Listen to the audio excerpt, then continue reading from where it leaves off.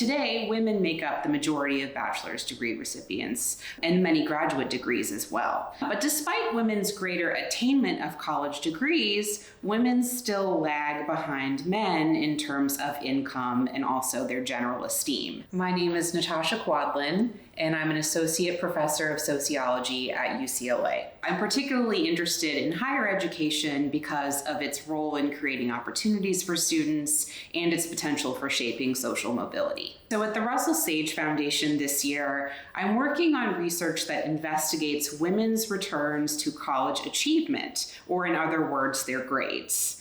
And so I'm doing this by combining a few different sources. So the first is a set of résumé audit studies that I conducted.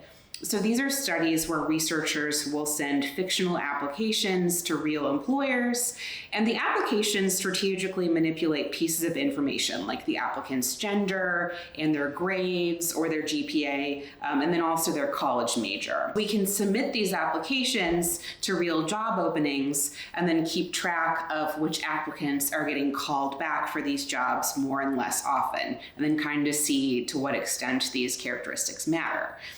The second is a set of surveys that I conducted with employers and then also the general public to understand perceptions of women college graduates. I think most policy initiatives related to gender in higher education have focused on getting women into college or trying to get women to major in specific subjects. The research that I've conducted before showed that a lot of these stereotypes about women and high achieving women are most concentrated among women who are majoring in male dominated fields of study, like STEM fields and math in particular.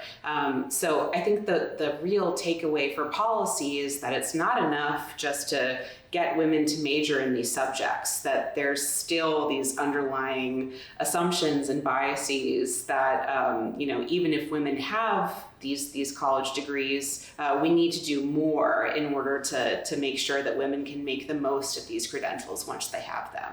My first book was published with Russell Sage Foundation. The title is Who Should Pay? Higher Education, Responsibility, and the Public.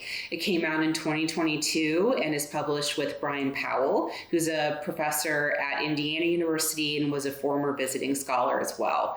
And that book also looks at educational inequality, but it instead looks at it at a different angle in terms of Americans' opinions about who should be responsible for the funding of higher education and how that has really shifted over time. This year at Russell Sage is, I think, just the most transformative and rich experience that a social scientist can have. So I've realized more and more as I go on in my academic career that finding the time to write, but then also just doing it in a place that feels supportive and where you're around other people who are interested in the same types of issues is just enormously valuable.